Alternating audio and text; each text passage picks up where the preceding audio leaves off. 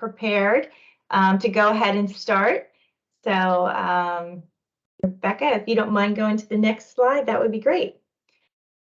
Welcome, everyone. We are 28 days away. We are super excited to get to see everyone in DC. And, you know, we want to first and foremost thank you. Thank you for your continued support, continued efforts, and commitment to this. But most importantly, thank you for the privilege of allowing us to share your journey and your story of you or your loved one. It really is, you know, what we want to do. We're committed to defeating lung cancer and really helping those affected by lung cancer. So thank you. And we can't wait to see you in 28 days, actually 26 days. So next slide. Today, we're going to talk about, most importantly, the 3 asks that we're going to have during our meetings. And we're going to talk about stigma and ways to address stigma, and then walk you through your sharing your story and share some exciting videos that we do have. Next slide. This is our team, the behind-the-scenes team that makes the magic happen. We always like to show you the faces with the names. If you have any questions, you know, regarding travel, Joanne Kramer is going to be your go-to. You know, Dan Jason can help with any other Lung Force Initiative conversations that we have. And then Lauren, Reggie, Rebecca, and Erica and I are here to help with any and all questions. Don't forget that you can email all of us at lfad@lung.org. Next slide. Great, thank you. Then we're going to talk about smoking and reducing stigma. Next slide. 3 things that are very important that we want to continue to talk about is, you know, it is your story. It's your choice whether or not you want to disclose your smoking history. You don't need to. It's your decision, and you decide how and when and if you would like to choose to disclose that. The other thing that we want to talk about is, you know, we want you to consider your intention when telling your story. And what do we mean by that? It really means, you know, we've heard some advocates say, you know, I never smoked. I didn't deserve it. You know, this shouldn't have happened to me, which is a very honest and real emotion. But when spoken out loud, it could be hurtful to other people that are facing lung cancer as well. Instead, we're asking you to consider to try and tell your story in a way that helps educate about lung cancer and focuses on action and moving forward together. When we say be prepared to confront stigma, you know, have a line ready for when someone asks you that stupid question, did you smoke? You know, some of our favorites are, you know, did you smoke? I did. But you know there are many risk factors to lung cancer, and all lung cancer patients deserve hope and treatment. Don't you agree? Did you smoke? I did not. If you have lungs, anyone can get lung cancer, and all cancer patients deserve hope and treatment. Wouldn't you agree? Remember, the person asking is probably not trying to be hurtful, but we want to make sure that our responses, if you are asked during a meeting, that our responses keep the communications line open rather than shutting someone down. And these are just recommendations that we'd like you to consider, because being mindful of how people feel and to really make more positive statements to people and making them understand that everyone who has cancer deserves hope and treatment. Next slide. 2 examples that we like to use that have been very helpful in the past is, you know, when you say, I didn't deserve lung cancer, I never smoked a day in my life. Consider saying, I wasn't at high risk for lung cancer, so I was completely shocked by my diagnosis. Sometimes saying, you know I smoked is bad and it caused my lung cancer, but it was so hard, and it's still hard to hear that diagnosis. Consider saying, I knew I was at increased risk because I did smoke, but nothing prepared me for hearing those words. Again, you may not want to share your story, your health history, and that's okay, because it's your story and it's your choice. But if you choose to do so, here are some recommended ways to say it. Next slide. The other thing that we want to try to, reiterate again is please do not compare other cancers. Do not make comparisons to other cancers. Increased research funding for other cancers does help lung cancer too. Cancer comparisons could alienate our audience and instead of uniting us in the fight against lung cancer. For example, some of our members of Congress have battled ovarian or breast cancer or lost loved ones. For Representative McEwen, a beloved member from Virginia, recently died from colorectal cancer.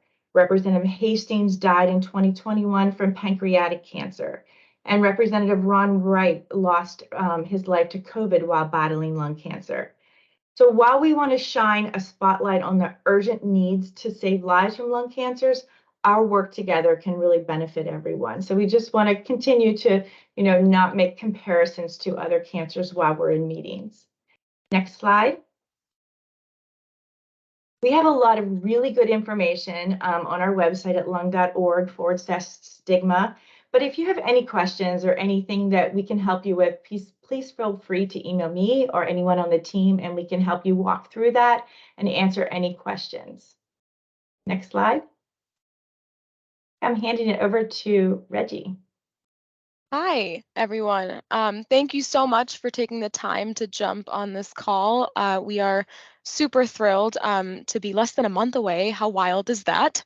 So much to still happen on our end, and we're so excited to see you all. So now we're going to spend some time chatting about our 3 asks. We have finalized our asks, and as you can see on the slide, we have 3. Our healthcare ask is going to be supporting and protecting Medicaid. And then we also have our 2 funding asks for CDC and NIH. And before we dive into everything, I just want to share over the next 15, 20 minutes, however long it takes, we're going to be sharing a bit of background information with you. And it's going to feel like a lot, and it's because sometimes it is a lot, but really the purpose of it is to just provide helpful context and background information to help you understand how and why we have the asks that we have.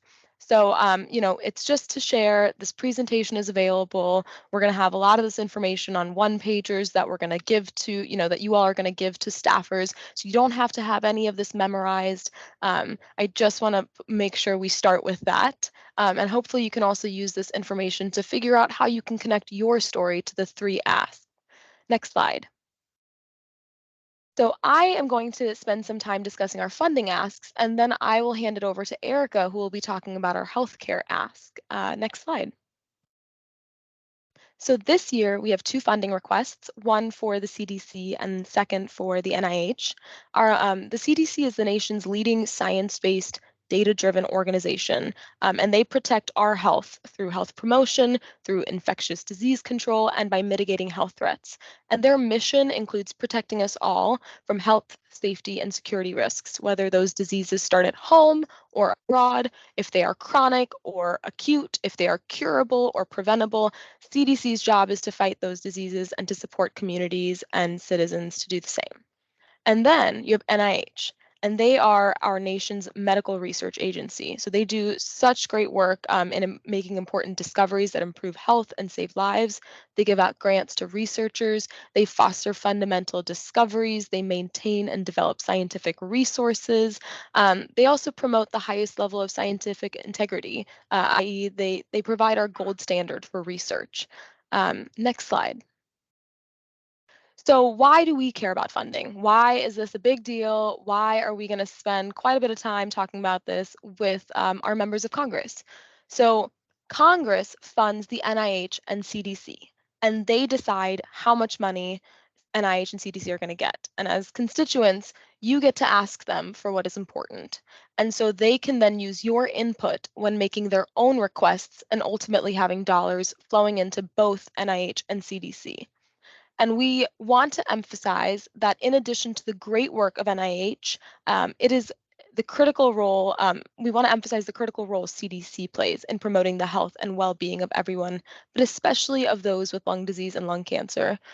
We know based on a variety of health emergencies that we have all experienced that it is incredibly important to ensure that CDC receives adequate funding. And what we've seen over the past 10 years is this really steady increase in funding for the National Institutes of Health, which is amazing and great. And you see the yay in parentheses. But it's something that we've long advocated for. But we know at the same time that there has been chronic underfunding of our public health system, including for the CDC. So that's why we have the boo in parentheses there. Next slide. So first, we're going to dive deeper into our funding ask for the National Institutes of Health. The NIH, of course, plays an integral part in the battle against lung cancer. So it's, of course, very important to have increased funding for NIH so that we can have better treatments, early detection, and ultimately a cure for lung cancer. Next slide. This year at Advocacy Day, we will be asking Congress to support $51 billion in funding for the NIH for FY24, fiscal year 24. This number comes from a coalition that includes patient and voluntary health groups and medical and scientific societies, academic and research organizations, all these different organizations and people that are dedicated to enhancing the federal investment in NIH. So a lot of people are going to be asking Congress for this number. So we're not the only ones, and that's really important because the more times members and their staff hear our number, the more successful and the more likely successful we'll be. So this is truly a group effort. Next slide. So the next few slides are really going to be about NIH funding. How does it work? How much money has been given in the past? So in general, with respect to the NIH, Congress just gives this overall pot of funding to each institute. So it doesn't designate a specific amount to different diseases. So the institutes, including the National Cancer Institute, looks at all the available projects that they have to fund, and then they make decisions based on scientific opportunity and promise. Congress also has two other pots of funding for All of Us and Cancer Moonshot. You may have heard that. They directly give money to those programs, so that is different from our ask. So I just want to point that out. Next slide. In years past, we've been asked, has our advocacy worked? Is it working? And the answer is yes. Our work in advocating for increased NIH funding has been successful, and it was not done alone. It was because of you all. It was because of partners. It's this, like I said, group effort. And so I pulled the funding for NIH from the past 7 years. And as you can see, there has been this really steady increase in funding from $34.3 billion in fiscal year 2017 to $47.5 billion for this current fiscal year of 2023. Next slide. And when you break it down even more by funding for different cancers, as you can see on this slide, there has been a significant increase in the dollars spent on lung cancer. Between FY13 and 21, dollars spent on lung cancer went from $208 million to $451 million. And when you look at it from this percent increase, the funding for lung cancer research increased by 117%. Next slide. So there are a lot of reasons why we specifically ask for NIH funding for that top line 51 billion, and we're not asking for National Cancer Institute funding. We're not specifically asking for lung cancer funding, but overall NIH funding. And as you have seen from the increases in lung cancer research funding from our last slide, our approach to asking for that top line number has truly allowed for more opportunities for lung cancer research funding. We also recognize that with the way research works these days and the tremendous progress that we've made, that really the rising tide at NIH lifts all boats, especially for lung cancer. And we can see that in a lot of different ways. I just want to provide one or two examples and then we'll move on. Since 2016, we've had over 50 new treatments approved for lung cancers. And some of those treatments that were approved by the Food and Drug Administration over the past few years for lung cancer were originally developed for other types of cancers. So Keytruda, for example, was developed for melanoma, but is now approved and successful in treating lung cancer as well. And another good example is that a lot of the immunotherapy foundations that we have now and that make such a difference with lung cancer were actually found in federal investments in AIDS research in the 80s. So we really just want to, and a lot of these examples, plus a lot more, we're going to put them on our NIH fact sheet that we're working on for Capitol Hill to really highlight how the work on lung cancer within NIH does spread beyond the National Cancer Institute. It's really a big NIH push in general. So we're going to support that top line number for NIH, and it is going to help with better treatments and early detection for lung cancer. Next slide. So now we get to talk about CDC. And as lovely and nice as the appropriations process is for NIH, in that Congress sets the overall number for each of the institutes, and then based on the science, it goes from there. It's a bit different for CDC. It's a bit more challenging. So I'm gonna do my very best to keep this very easy. Next slide. So like with our NIH ask, we are going to be making a top-line funding request for CDC. So a number of organizations that care a lot about the work CDC does, including the American Lung Association, we have come together and recognized that the lack of investments over the past decade in CDC really have led to some of our nation's greatest challenges. So we are going to come together to ask for $11 billion in funding for CDC to rebuild healthier communities and protect our nation's health from disease, including lung cancer. So once again, we are not going to be the only ones asking for this number. Our partners are going to be asking for it. The staffers, these members, they're going to hear 11 billion a lot, and that's exactly what we want them to hear. Next slide. So CDC's budget for this fiscal year of 2023 is 9.2 billion. And as I mentioned, for fiscal year 24, we're going to be asking for 11 billion.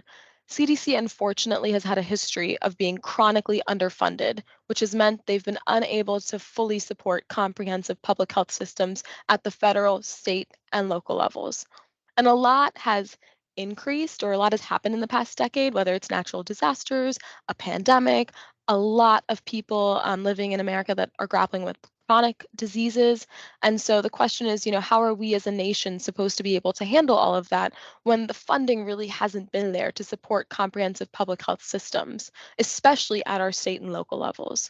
And a lot of times when these emergencies come up, what happens is that usually passes short-term, one-time emergency funding, and then that funding is dedicated to that particular emergency that's actually happening at that time. But emergency funding is not sufficient to address system weaknesses, to modernize our public health infrastructure, to increase public health workforce, all these other issues, core issues that they have. So we do need robust and sustained funding for CDC so that they can do their job appropriately. Next slide. And so here you're going to see what CDC's funding has looked like for the past year. So when I talked about NIH's funding, we saw that steady climb, that steady increase in funding. But unfortunately, as you can see, the same cannot really be said for CDC funding. They are nowhere near as robust in funding as NIH. They have not reached 10 billion yet.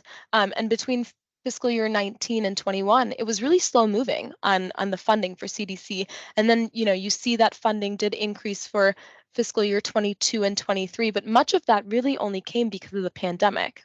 And so last year, CDC's overall budget, or I mean for 23, I'm sorry, increased by 760 million, but we saw really limited increases for programs that we care about at CDC. And we do spend so much money as a nation on our health and healthcare in the US, but only such a teeny percentage gets spent on targeted public health and prevention. So that is such an important thing for us to improve upon. Next slide. So we really need CDC to be strong, to have the funding to invest in a variety of public health activities, including disease prevention and control, environmental health, health promotion, and health education activities. 2/3 of CDC's dollars actually go to states, localities, tribes, and territories, and the rest is really used to support them in all their efforts. Next slide. And so now that I've talked about funding for CDC, why it's important in general with public health, I just want to take a minute or two to share what is that connection to lung cancer? Like, we're going to talk about lung cancer. How do I connect it?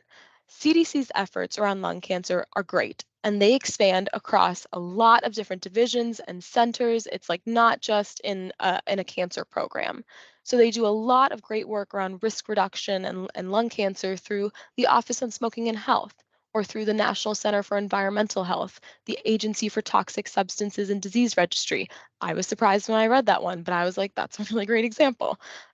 They also do a lot of great work around lung cancer screening, raising awareness for the screening guidelines and eligibility, or bringing together policy experts through the National Comprehensive Cancer Control Program, and also through the National Lung Cancer Roundtable, which is funded by the Cancer Program.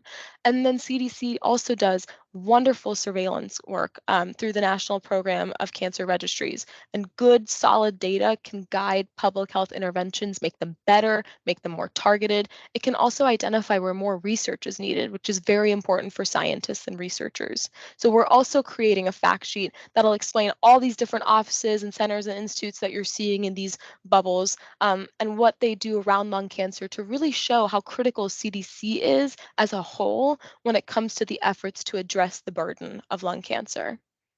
Next slide. So that is what we have around funding.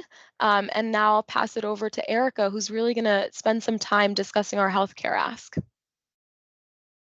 We have a wonderful woman from Pennsylvania who was asked to appear on a panel about the importance of research and other investments in lung cancer. And she told the participants and the members of Congress in the room that heard her speaking that none of those treatments matter if I can't get them through my healthcare and if I don't have affordable and accessible healthcare. And so we are trying to, as we always are, trying to be as timely as we can. For those of you who may have participated last year, you might remember that we talked a little bit about tax credits to make healthcare more affordable, which actually became law last year. So if you were a participant last year, give yourself a pat on the back for saving healthcare for over 3 million people.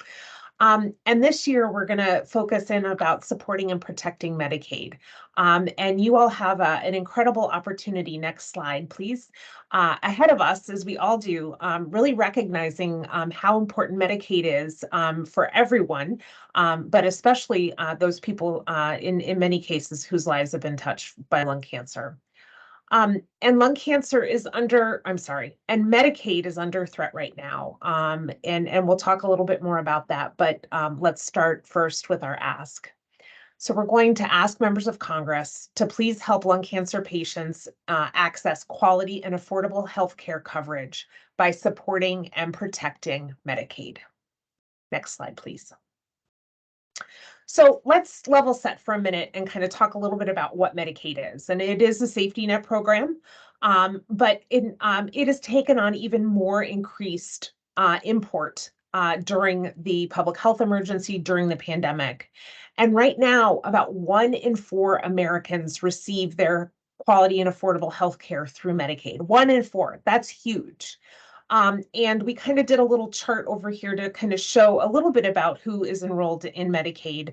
But you'll see that it includes some low-income adults, people living with disabilities, pregnant people, seniors, and a lot of children. And so you might be familiar within a program. I always think of TennCare immediately, Erin, when I hear the state-based Medicaid programs, it's always TennCare. But sometimes the Medicaid program in each state can have a different name, just to give you some background there. Next slide, please. So what is Medicaid not? It is different than Medicare. And Medicare is primarily the program that covers seniors 65 plus, and you'll hear even Hill staff sometimes confuse those. But it also includes people who qualify earlier because of certain health conditions, including lung cancer. So one of our longstanding, longtime lung force heroes, who is an 11-year ROS1 survivor. She was originally diagnosed right before she started her new career. She did not have health care. She got coverage through Medicaid initially while she was in the hospital. They did the paperwork to get her there. And after the 2-year process, she was successful in getting her health care through Medicare.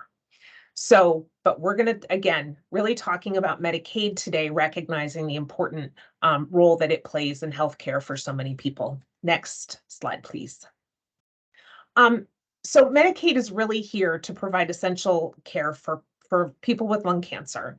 The statistic we have, and all of our numbers got a little messed up during the pandemic. And so the most recent data we have is that Medicaid covers 1 out of 4 lung cancer patients under the age of 65 in the United States.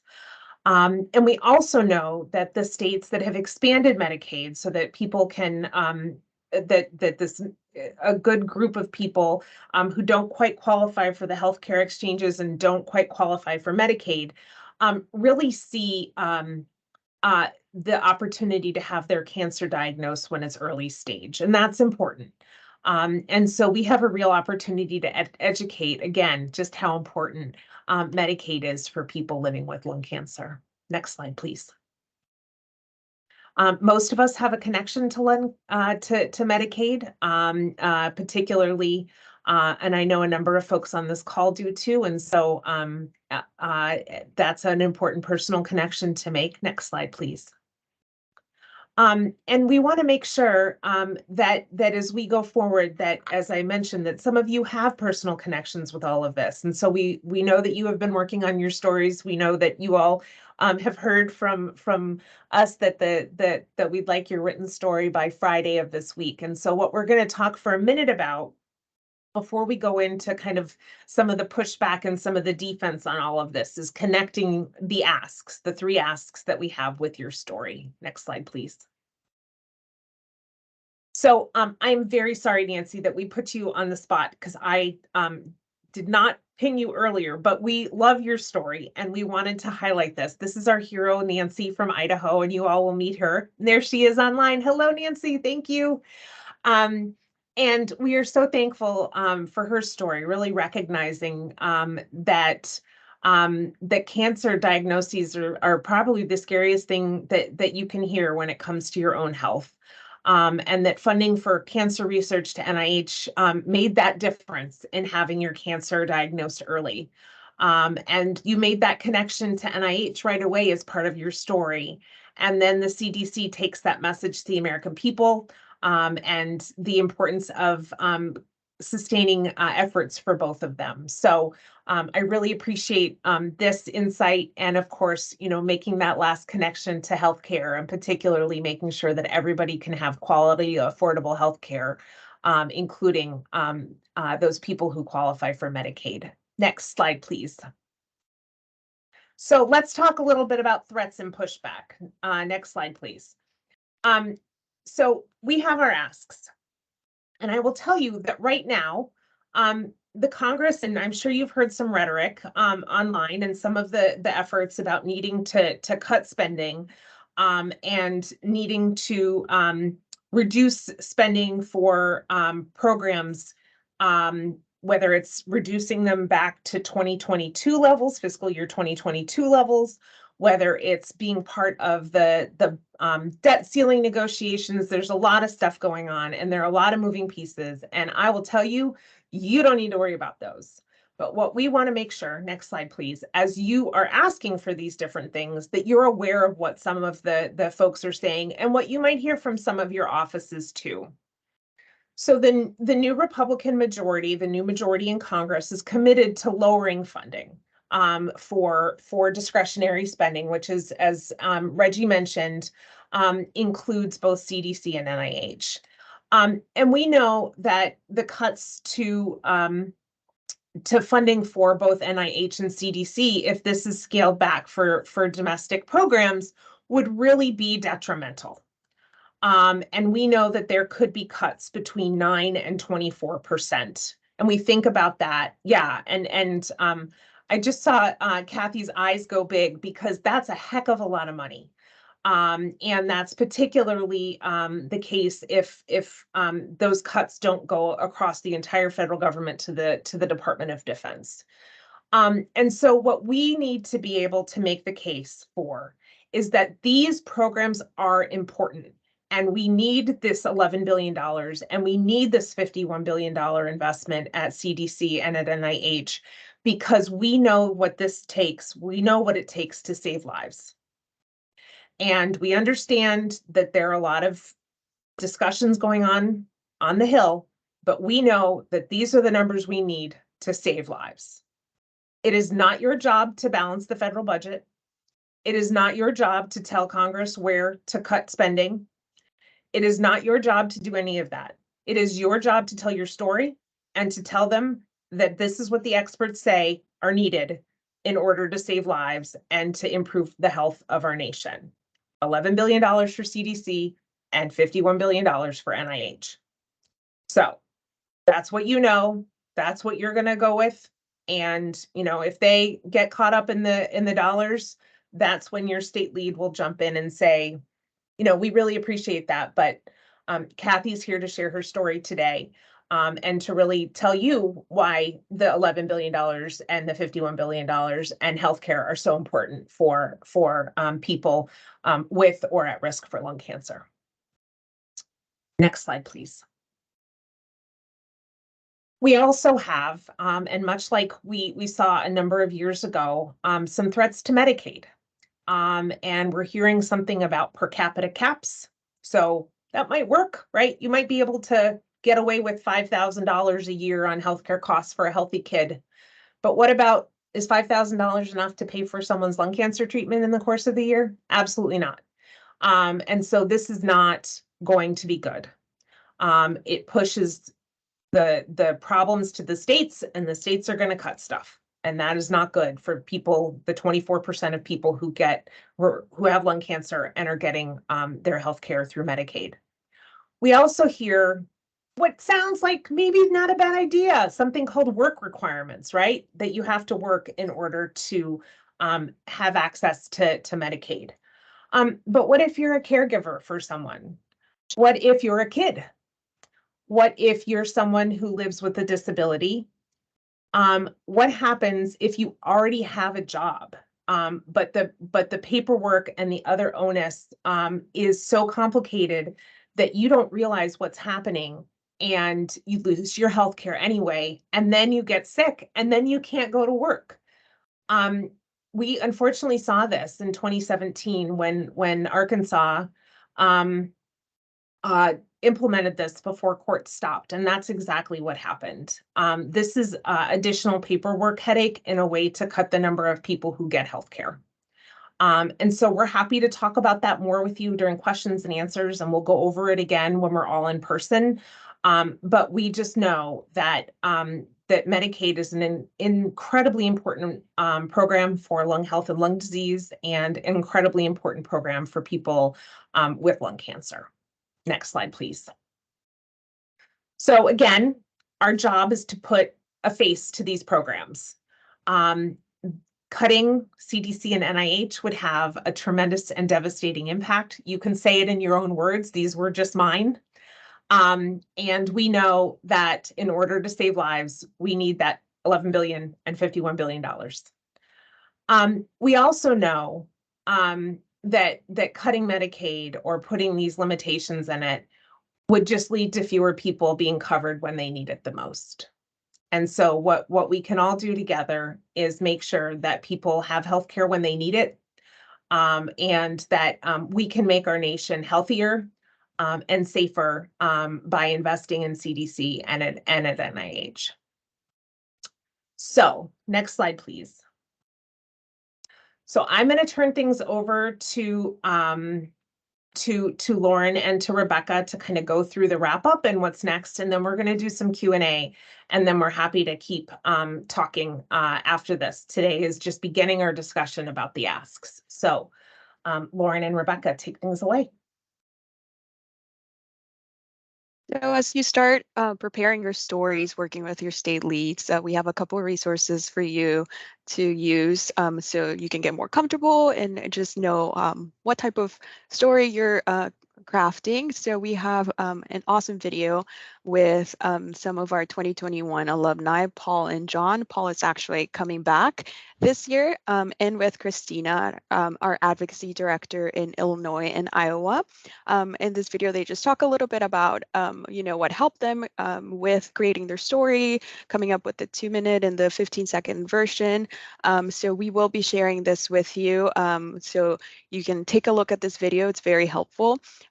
Like I said, they just talk a little bit about what helped, what kind of preparing they had, anything like that. So, and also if you have questions, again, you can always email us and ask, but this is definitely a resource to use and to watch. So make sure you watch that when we send it out after the meeting.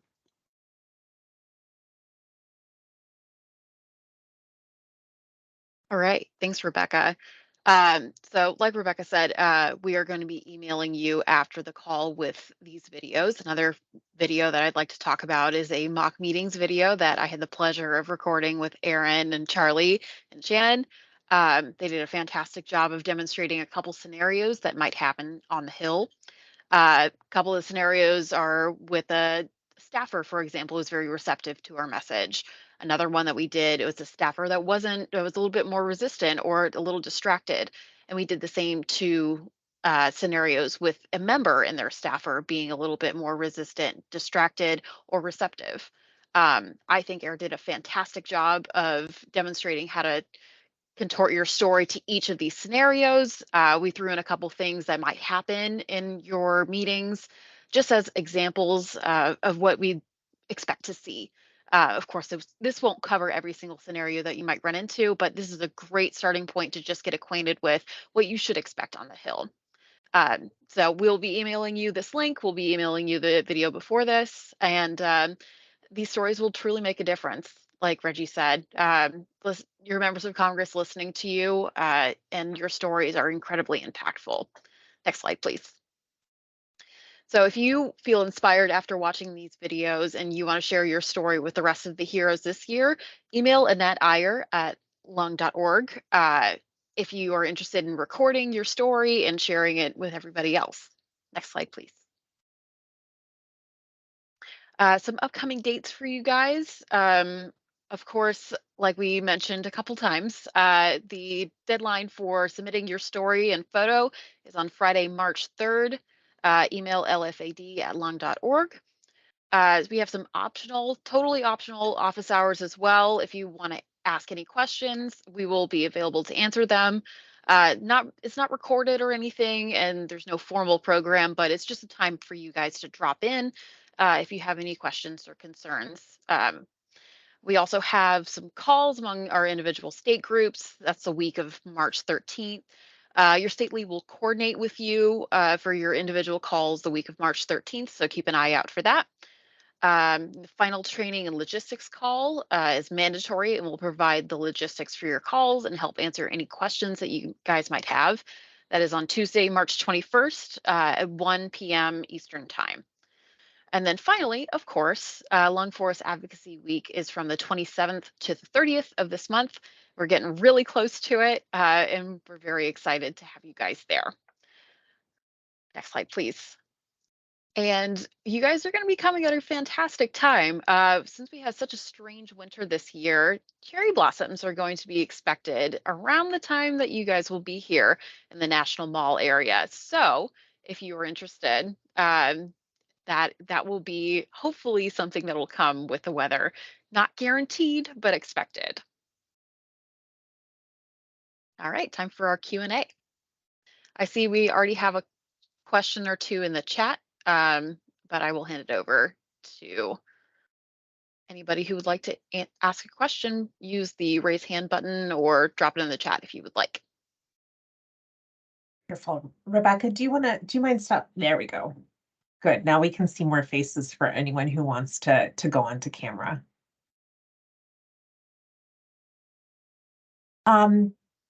Reba made a point about mentioning the tobacco company's role in targeting kids, and that is certainly something that you can choose to include in your story, if you would so choose. If that is part of your story, we heard a very powerful testimonial from a woman who before this was no longer allowed, the tobacco company van, much like you see the ice cream man now, going into a park and passing out free cigarettes to kids. And that was when she got hooked. So if that's part of your story, then absolutely, Reba, that's a good suggestion. I'm going to answer real quick and then start to defer to some others. Kathy asked, do we know what percentage of our national budget goes for CDC and NIH? I will say that it's less than 1%. That in general, this is such a small amount of money, particularly when we think about how central our health and well-being are to our overall well-being. So unfortunately, it's a very low number there. Glenna's asked a question. We'll be right there. Okay. Does somebody else want to read the question from Glenna and then also answer that? Yeah, so hi Glenna. So it says, how long or short or number of words are preferable for our online lung force story? You know, I think a good rule of hand is like 500 to 800 words. We're definitely flexible, you know, in that space because your online story is your longest version of your story. But 500 to 800 words is a good gauge to go with. And remember, that's going to be for the online version. And when you go through with your state leads, that is not something you're going to read in person. You're going to really use what's most passionate from your heart and kind of work on your 15-minute or to 1.5, 2 minutes talk. I wanted to answer a question in the chat as well. Yes, we will be sharing this presentation tomorrow, as well as the recording of this with all the questions. In that email that I also mentioned, we were including the mock member meeting video in. So yes, you will expect to see that. And I also saw Nancy was raising her hand. Yeah. Oh, you are mute, Nancy.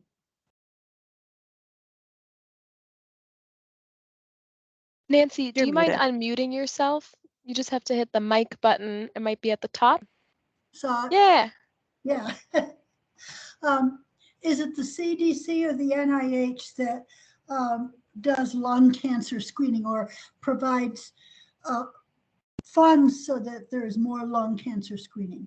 Which one does that fall under? So neither of them actually fund lung cancer screening. In fact, of the three that we're talking about, Medicaid is the one that funds lung cancer screening for enrollees. The NIH has done the research to show what screening is effective and in whom. And then the CDC works with state cancer programs to make sure that screening is fundamentally a part of a state's efforts to reduce and prevent cancer. So it's Medicaid then that tries to find new ways to screen for lung cancer? That would be NIH for research. Okay, okay. Yes. Thank you. Thank you. You're very welcome. I think that's really important. Absolutely. Should I unmute myself now? I don't know how. I can do it. All good. Thank you. What other questions do folks have about the stories, the experience? We're going to do a big logistics call at the end, as you saw, but we would be happy to answer any of the questions that you have. We can also talk about very comfortable shoes to wear to Capitol Hill, just as a reminder. So that you're walking at the end of the day and not crawling. And so what else would be helpful to you all now? Are these asks pretty self-explanatory? Again, we will have fact sheets for everyone, and I think that you'll feel in pretty good shape once you get through the videos and you can kind of see some good examples. And I think to that point is, you know, once you watch the videos, and then when we're in person on Tuesday, you know, this really is going to be a whole synthesizing of how we're getting together, how the meetings are going to go. You'll have more of an opportunity to get a sense of how the day is really going to go. Glenna just asked, what about a list of usable statistics we can incorporate in our talks and stories? We actually just finalized our fact sheet around a few facts around lung cancer. So when we email you all the videos, we can also make sure to include that, so you can use those statistics. Our rule of thumb is usually try to only use one statistic, so that, you know, that's what Eric and I do. We give the statistics when we have meetings with members and staff, and really we want you guys to share your story, and you know, a compelling story will always linger in their mind. So that's very important. And then I thought I saw a hand raised. Was it Ellen? Ellen? Okay. The story that you guys want by Friday does not include the asks, right? Correct. That is correct. Okay, Yeah. thank you. Oops. It's like, Annette, do you have a question? I'm just practicing here. So sometimes people, and we're doing this a little differently, and we kind of are hoping and ultimately welcome your feedback offline about kind of presenting all of these asks to you in advance so that you have an opportunity to walk through and chew on them a little bit with us, and then chew on them a little bit with your state lead, as opposed to kind of having them all thrown at you when you get to town. And so I think we're tight. To use the scientific term that I have no business using, we're trying to titrate the information over the month, so that we're kind of putting everything into place and polishing it when you get here, but that you have everything that you need before you do. So we are always happy to talk with you at those upcoming office hours, but just you can email to either Lung Force Advocacy Day or your state lead and say, you know, hey, we want to talk to Annette about this, or we want to talk to Erica or Reggie about this. We are happy to always touch base with you and find time to walk through things and to answer questions, because you all have much better questions than A, your members of Congress will, and B, that we could ever think of. And so we want to make sure that you're empowered and that we're addressing any questions that you have. The other point is with your story is also your photo. That's super important. Like it needs to either be like a JPEG or a PNG, which is normally when you save a photo. We can't have it as an attachment inside of a Word document. So it just needs to be a separate attachment that you send to your email. Color, black or white, fine. Filtered, no filtered, whatever you want to send from Instagram, it's good.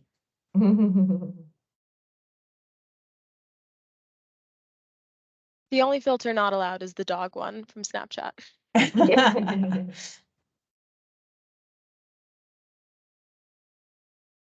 Well, why don't we go ahead and stop the recording now? And we're happy to stay on for a few more minutes if anybody else wants to hang on to ask any kind of